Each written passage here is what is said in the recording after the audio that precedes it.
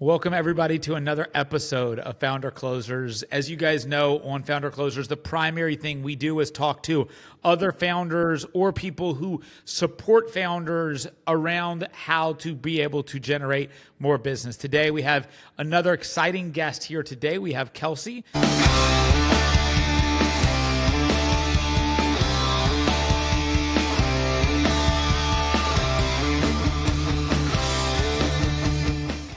Kelsey, how are you doing today? I'm doing fine. How are you? I'm great. You and I are kind of chit-chatting a little bit. I did have a travel day yesterday, which has got me glad to be home. But yesterday was a fun day. It was a fun day to say the least. But I'm glad to be home. How was your weekend? Good. Busy, prepping for holidays. My kids have one more week of school, so we're prepping for what break looks like with all of us at home. So just exciting, chilly. I'm in North Carolina, so it's starting to get cold. Yeah, I was in Virginia this past week and got to experience snow for hopefully the first and last time for this winter period for me. As a guy who lives in Dallas, I like to avoid snow as much as possible, so I got to see it and then run away. So it's pretty to look at, not pretty to be in long term. Not at all. But I came back to Dallas last night. It was 26 degrees here, so it's not like it was that much warmer. I know. You moved to Texas. What a weird weather week or weird weather cycle, I guess. It's going to be 69 tomorrow too, so it's like we're back tomorrow. It just took a day to get there. Kelsey, for all of our listeners, tell us a little bit about what you do today, kind of who you are and how you would define that. Sure. So I guess personally, I'm a mother of 6. So I built all these businesses and entities. My little toddler here in the background is probably going to peek a little bit. I work from home. Good. I own a company called The Current Collective. So we have a dual strategy opportunity for fractional CSO and operational services, as well as a membership for elite industry experts. I also am a CEO and president of a nonprofit that helps veterans and first responders get access to CBD products across the country. And I'm a partner in a data agency as well for, website identification, being able to figure out your anonymous traffic and bring your revenue. So I have 3 different pillars that I kind of build in the margins. That's my own little personal tag. I have kids, I have business, I have work. And yeah, that's me in a nutshell. I love that. And as a father who works from the house as well, I love the juggling of that. Now, I've been able to put some certain measures in place. You can't see just outside of this door here, or just outside of the frame of my thing, there's a door that goes outside. And if you notice, I've got 4 dogs in this room as well. And a lot of my audience will see them coming and going as well. My 2-year-old and my 5-year-old use that doggy door as a kid entrance door. I love that. My office. Yeah, I love that. Yeah, he's almost tall enough to hop that gate. We're really close here. This is like our extra, like probably like you, the extra space in our house, and so I use that to work. And normally it goes really well, but he's getting more mobile and bigger and all of the things. So we'll see how long that lasts me. Yes, it's a fun, sometimes stressful side of it, but man, I had a client earlier this year in January who asked me, I did a kind of like a full-time consulting role with them, and they wanted me to come to their office every day. So I did it for about 4 months, and man, I really missed working from home and being able to have that couple of minutes between meetings to go out there and grab them and to give them a kiss. And right now, like they'll come and be a part of my office and my team meetings with my team. A lot of times they'll be back here just sitting here and wanting to be involved. So. It's special time, right? Like, like my personal branding, like I was mentioning that tag, like built in the margins. Like I really believe that that's where success happens. Like whether you're in an office or you're at home, right? If you have a family or kids or dogs or whatever that looks like, you really have to harness that time, and going to an office doesn't make you more successful, and going to that office doesn't make you more impactful. So why not bridge those gaps and create this really like joyous space, but still get to do all the things you want to do? I think there's something powerful in that. It is, and it's interesting because right now I'm in the process of planning for 2026 and kind of taking on some new clients in 2026. And one of the big things that I continually, talk with my potential clients about, which is how to get outcomes in a revenue side without needing to be in person, either with the client or with your employees. Yeah. And it's such a foreign object, even still in 2025. And it's so surprising to me. A lot of these organizations don't know how to develop people Yeah. without the value of being able to put or to be there with them every day, to be there in front of people. They don't know how to develop people. They don't know how to train people, coach people. Is that ever an issue for you, kind of doing what you do? Yeah. Yeah. I think that it's something that a lot of people talk about, right? And you kind of, it's like you said, it's foreign, right? You think of selling, you think of shaking someone's hand, you think of going through a presentation, you want to present yourself, you dress up, you do all the things. And I think what people are moving toward now is, how do you get that same energy without just doing another call? How do you get past that like 15-minute increment of, oh, I just need a discovery call with you, or, oh, I just need a sales call with you? And I think the biggest strategies that I've been pitching to people are around content development. And I'm sure you do that too, right? With the podcast in general. Like, the podcast is a powerful place to build that revenue, to build those extra pieces. And I also think that newsletters are coming back around. I think print is coming back around. I think people are moving toward this like analog style of communication. And I think people can sell there. It's just it's being human and realizing your voice can extend past a call, and you can still get your point across. And I think people really enjoy some of those tangible things without having to be there, you know? It's so funny you mentioned newsletter. I had met with a prospective client, and they were talking to me about a newsletter on Friday morning. Yeah. By Friday afternoon, I started a newsletter, posted my first article on the newsletter, and in day one, I already have, after posting one, I already have over 600 subscribers to the newsletter. Exactly. Right? And think about it. Those people are harnessing your content, right? They're interested in you. They're aware of you, your personal brand, but then you're introducing additional things to them. And ultimately that generates revenue. It might be a longer sales cycle, but that's on average normal anyways. You think about how people used to sell. Like, I read a post on LinkedIn late last week that was, LinkedIn used to be this quick hit for sales, right? It was a social channel built for professionals. Same thing for sales calls, right? They're quick hits. They're, come on, you do your thing, you say a little spiel or you post a little thing, and then it generates revenue. And people aren't responding to that anymore. AIs come around, all these other things. It doesn't feel authentic. And so when you do these little nuggets of thought leadership, authoritative content in a newsletter, in a podcast, on your LinkedIn, on your other social platforms, you're generating quiet revenue. And that quiet revenue does come back around. That sales cycle is just a little long. Yeah, it's interesting. Obviously I invested into the idea of a podcast about a little over a year ago. And the reason why I did it, Kelsey, is because I'm not a natural self-promoter. It's just not something that becomes natural to me. As a guy who's sold for a long time, if I ever were to interact with a friend, I've never been interested in selling friends, family members, people I know, the things that I sell, even if I fully believe in them. It doesn't feel natural and comfortable. So I've never used social media as a self-promoting tool. I've used it more to document certain things in my kid's life and other things. But LinkedIn is something I really put a lot of energy and effort into over the past year. And when we started the podcast, I didn't have a lot of content out there. And the content I did have out there didn't really explain who I am, what I believe in, right. I mean, you could see my resume in a sense on LinkedIn, but it didn't have that stuff. And when we started the podcast, it was much more challenging for me to get guests on the podcast than it is today. Now, every day, I have at least 1 to 3 videos that are out with video content of me. And why that's important, in my opinion, is with the kind of in the growth of AI, and especially on the tech side, I would assume 95% of the text that's on, especially these long form LinkedIn posts, is almost all AI generated. But what you can't use AI to produce today, I mean, not really, I actually can, but is the long form conversation, the clipping, the actual word coming out of my voice into your ears right then and there. And I know LinkedIn is investing a lot more energy into video.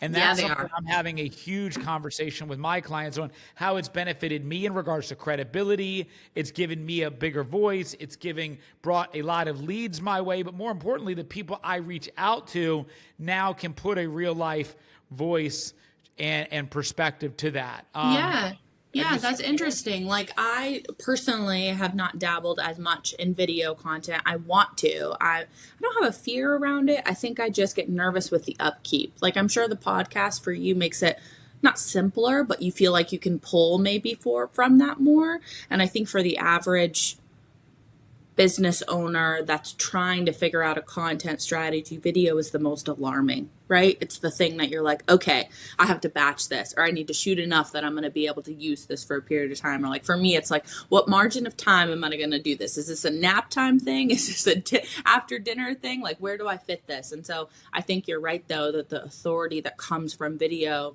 the reach and engagement that comes from video definitely builds that trust for clients. And I think everyone should try to incorporate as much as possible for that. So I think taking a stab and doing even short clips to start, better than nothing at all, and interchanging in your format. The branding side of it, I think, has been the most beneficial for me in how I've done it. Now, I'll give you a couple of tips in how I've done it for the audience and for you as well, Kelsey, and maybe this will be easier for you to digest it. So, yes, recording a podcast a week that's 45 minutes. We're generally able to take anywhere from 5 to 8 clips coming out of the podcast every single week. But what we also do, and man, since we've started this process, been an evolution on this, but 1 hour every week, my team from my marketing department shows up every week with anywhere from 15 to 20 hooks that they have already pre-researched for me. Mm-hmm. And then I'm on a link just like this, and they say, here's the hook. And then I say the hook, and then I contextualize it after that. And so that way, in 1 hour, I've got 15 to 20 clips that I'm generating every single week for me, which is still me talking. It's me thinking. It's me sharing. But they'll bring it to me in a clip-based format. And for anybody that doesn't understand what I mean when I say a clip-based format, you've got essentially 5 seconds to be able to grab the attention of your person and then contextualize the information behind that.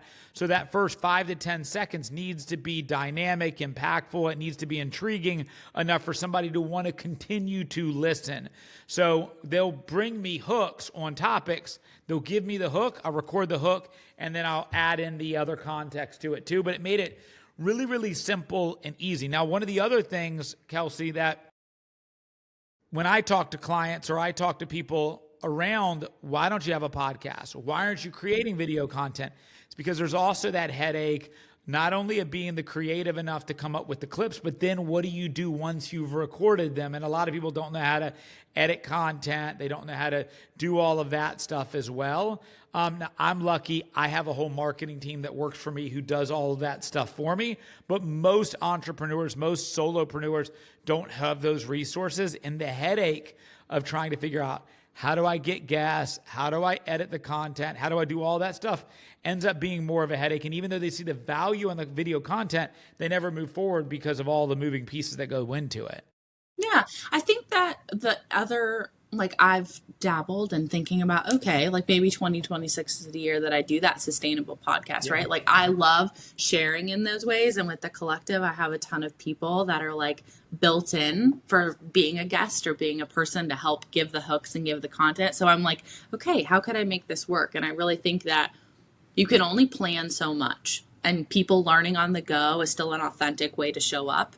And so to people that are, to your point, have the objection of how do I sustain it? How do I make it? What if it doesn't work out? Well, eventually it will work out, right? Like if you're putting it out there, the content is still content. If you're proud of it or you're showing up for it, other people will find you, right? It only helps.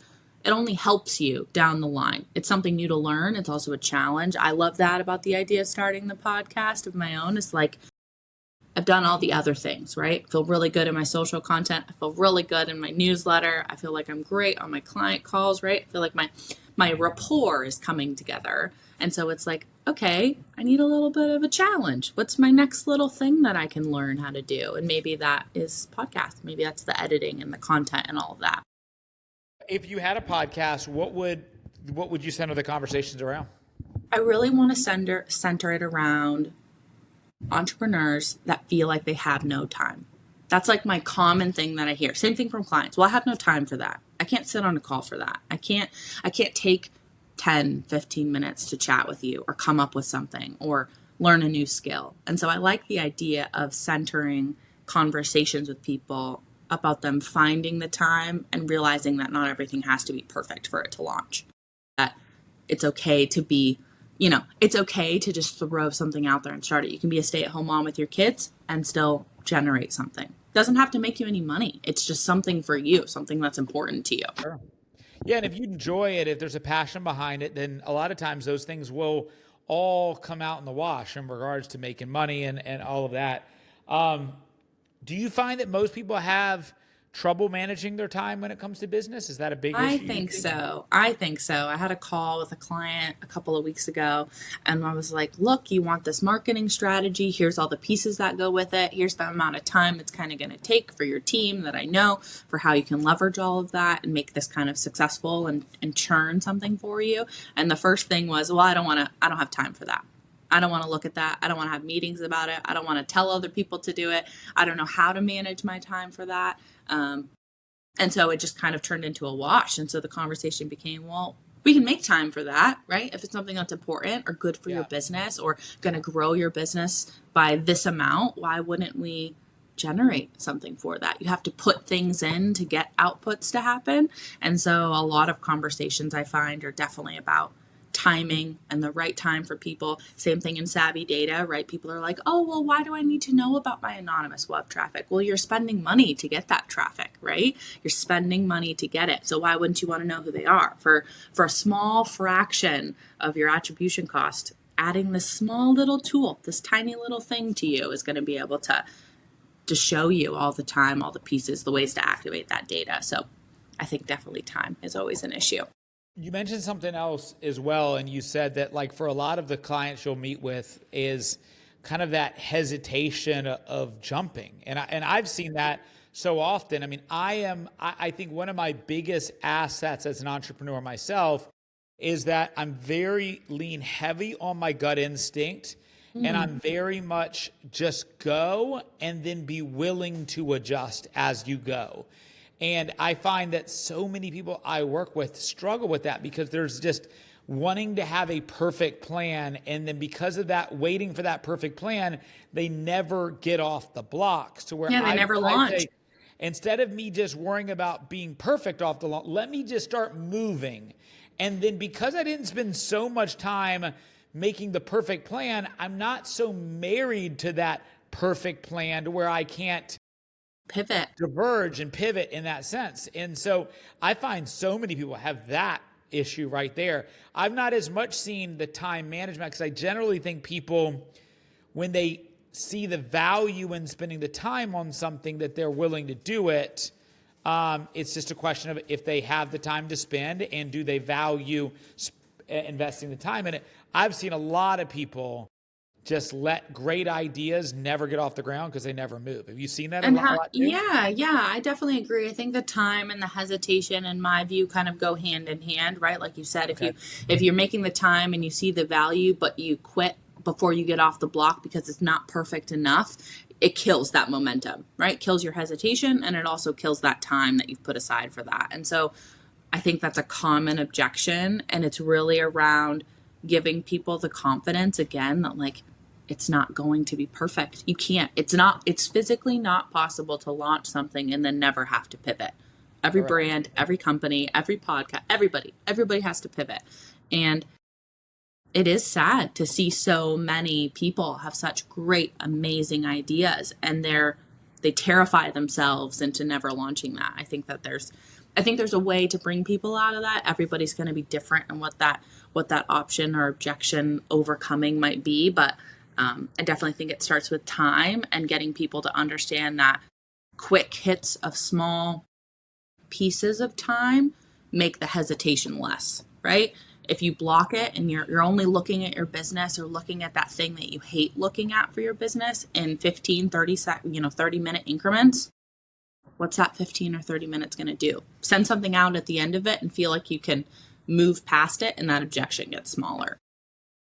One of the other things that I don't see enough people doing. I see people moving towards a little bit more now than maybe I noticed 5 years ago. But if there's something you're not interested in doing or you're not great at doing, instead of you trying to force yourself to do it or learn how to be great at it, why not outsource it? And that's something that I've seen a lot more people be willing to move towards. So if I don't know a ton about marketing, I could go read a bunch of marketing books, or I could just bring in a person who knows marketing, or a consultant. If I don't know how to close deals or revenue, maybe I should bring in somebody who can help do that.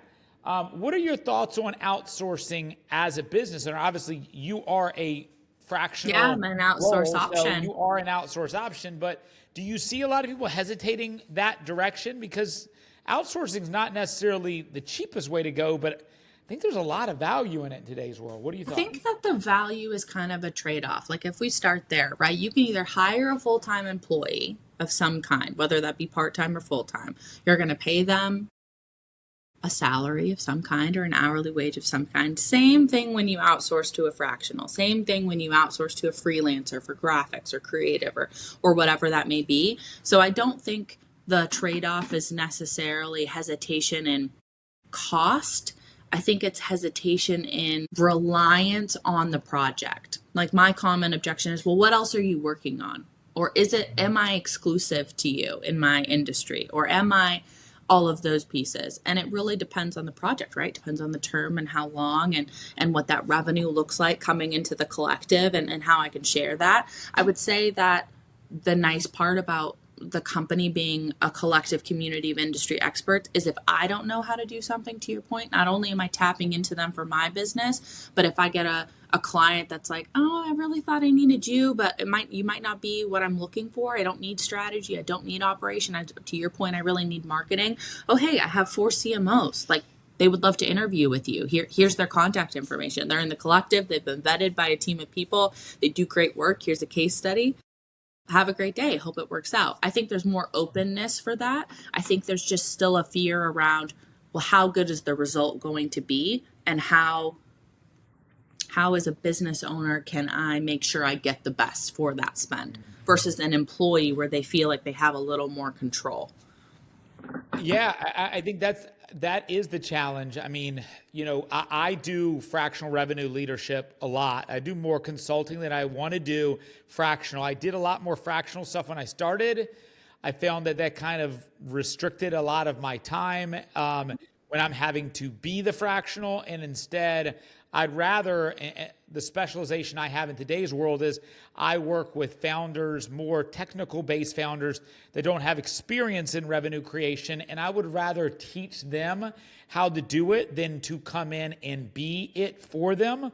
A lot of times it's easier for people to want to just bring in a ready-made resource, and we still have the functionality to do that. It's just less what I'm interested in doing in today's world. I'd rather teach a founder that has a great product to say, let me show you how to hire the right SDR. Let me show you how to hire the right account executive. Let me show you how to, once you hire them, train them.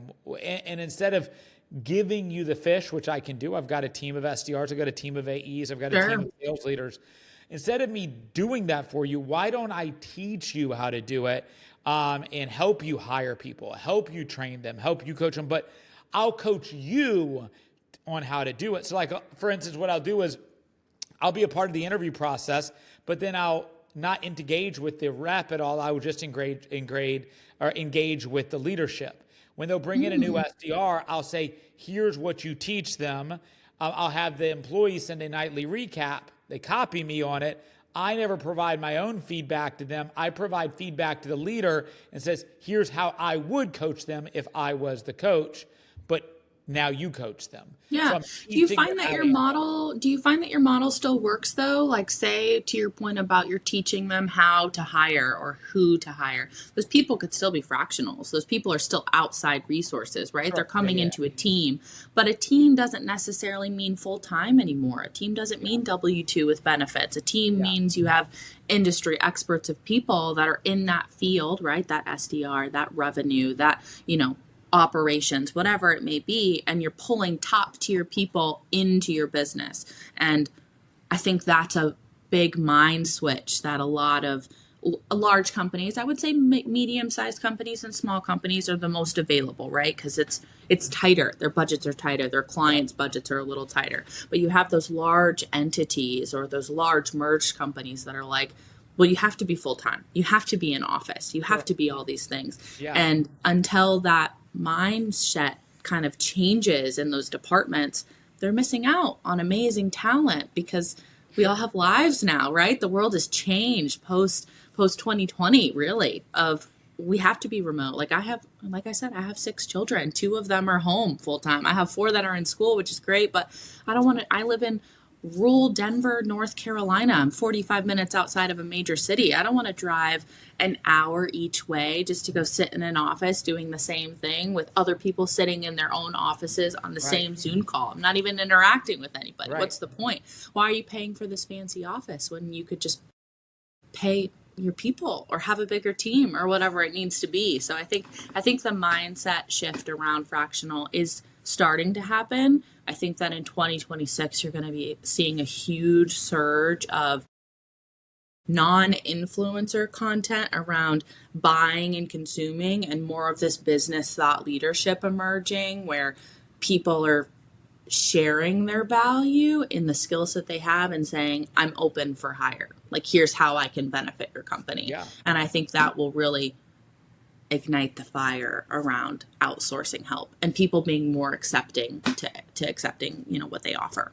Yeah, I mean, I'll take the outsourcing and even take it one step further. I mean, one of the parts of when we do provide staff, I don't just utilize American staff on sales, and which is something that was introduced to me from a client about 3 years ago who asked me to build a sales staff for him in another part of the world. I did that.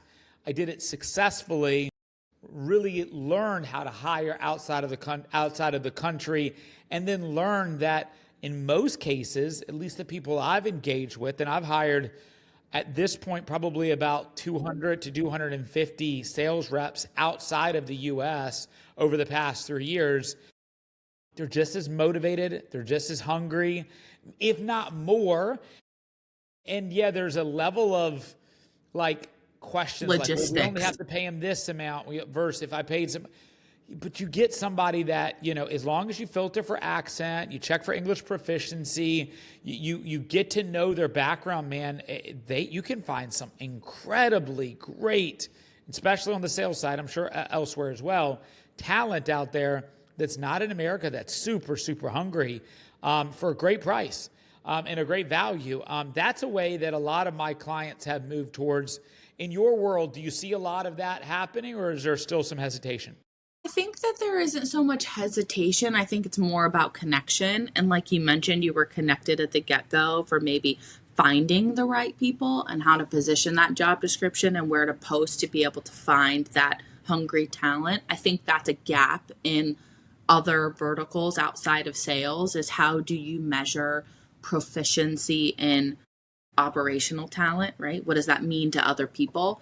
Same thing in strategy, right? It's kind of unique in how the US positions products and services strategically to consumers. That is, give or take, not great in other countries or perceived well in other countries. So I think some verticals it's harder to go outside, but I do agree that there's some amazing talent. I have a web team that's based out of India and a couple of people that I've met in the Philippines and other countries, and they're incredible. They are so available. They're so kind. They come up with such great recommendations and solutions. They're always thinking outside the box. They're just incredible humans. And I think that if you can find those people and you can connect to the right people to help you, to your point, vet and make sure they're the fit for your company, so you're not doing this revolving door, it's worthwhile for sure. Yeah. And so you asked me earlier, you asked me earlier, like, do you think that your model will stand up? I do think that model of me, because once again, I'm not really focusing on established businesses. I'm not focusing on like funded business, public businesses. Yeah. My primary thing I'm focusing on are the entrepreneurs that are pre-funded, startups that are wanting to have a good product that's in market, but they don't know how to generate revenue. And to your point, they can't they couldn't afford to bring me on as an employee without giving me equity in the company. They couldn't afford to bring me on to have access to me as a leader because of where the revenue is. But because they're not buying my time, they're more buying my experience as consulting them instead of actually working in their business. It makes it more affordable. And because they're buying my time, I have to spend less time on it, which means I can help more people at a time. You have a proven model that's your experienced service that you're taking forward. I think that's a really interesting point that, like, for your listeners, I'm sure that's something most consultants don't think about, right? When you first think about becoming a consultant of any kind, it's a little overwhelming. Like, how do you price your time and or validate experience? And so I think that's interesting that you said they're not buying your time, right? You're not a leader in their company. You're not taking equity. You're not sitting on 7 calls with them a week where they're paying for that time via revenue, but they're getting your experience up front, and your model plays more to that experience side. And I think that delineation is not something that people normally think about. So that's really interesting to break it that way. Yeah, and when I say they're not buying my time, I mean they're not getting my time full time. As in, the one problem I ran into, I would say in 2025 is I took on some big projects and some big clients that took all of my time. And I couldn't take on more clients because they paid me a lot to have to do what you were doing, right? But I couldn't take on even more exciting projects. So now that answer to that question of what do you charge, I think that's a moving mark. I think sometimes when you are incredibly in demand, that cost goes up quite a bit. When you're less in demand, you're willing to be a little bit more creative on your pricing. So that, I think all moves. What I'm looking for right now is I'm kind of trying to find the next couple of big things I'm working on for 2026 is just trying to find what I'm most excited about, what I'm most interested in. The entrepreneur, the project, the team, all of those different things are really what I'm focusing on. Now, Kelsey, right now you do some fractional stuff as well. How do you determine who's the person you're investing your time into? Is it the project? Is it the leader? Is it the product? What's the most important thing for you? I would definitely say it's between two. It's definitely the leader, right? Because you're investing in them, right? In their business for one, but really in them as a person. To your point, you're training them, teaching them, giving them value that then helps them continue in their business. And I think the other thing is definitely the project, right? If you have something that's just either incredibly messy, I'm always interested in a messy ops project. Those things are fun to tackle, right? Same thing in the strategy side. You have a really great product, but you have no idea how to brand it or make a campaign for it. Those two things really light my fire. I love to do those. But I definitely think the first one is definitely the leader. And that's why I focus so heavy on quick little short discovery calls or voice memos with these founders and entrepreneurs, as I really want to know them as people. I want to be able to connect with them and feel like there's some sort of common ground where it's, yes, I work for you, but I'm a partner for you, right? I'm a fractional. So I'm coming in to give you expertise. And to your point, I'm giving you my experience to help you bring that value forward in your company.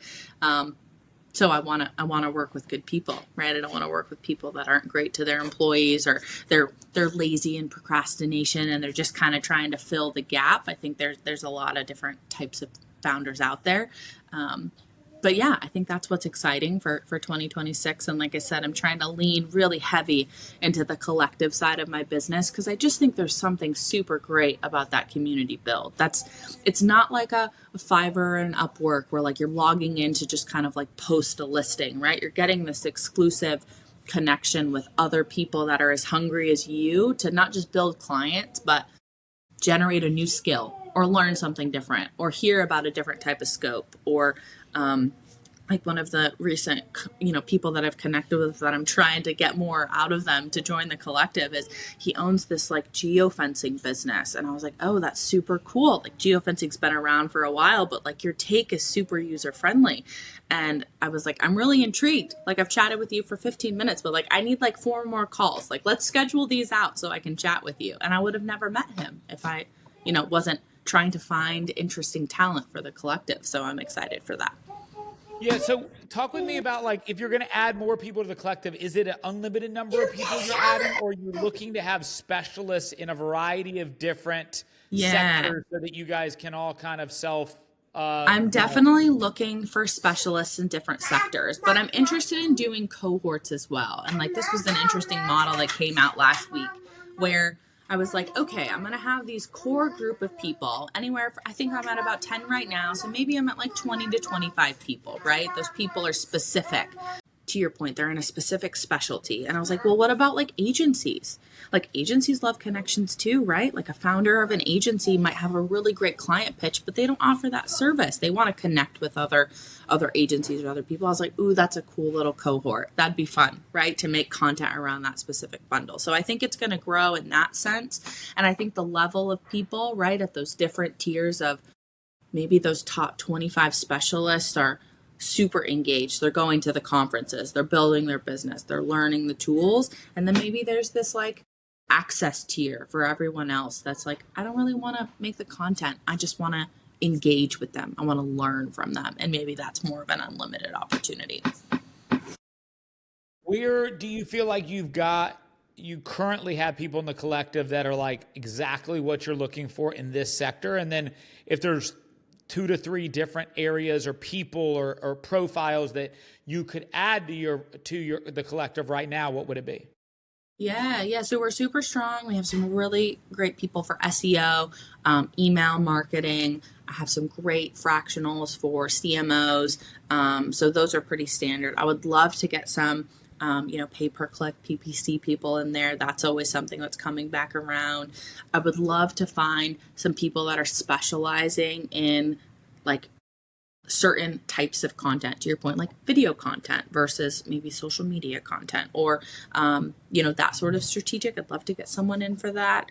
And I think the other thing is fundraising. I'm looking for someone that brings some fundraising CRO knowledge to the table that can help other nonprofits, myself included, for the one that I'm running. And I think that's like a special little niche that a lot of us are kind of looking to tap into. So Love that.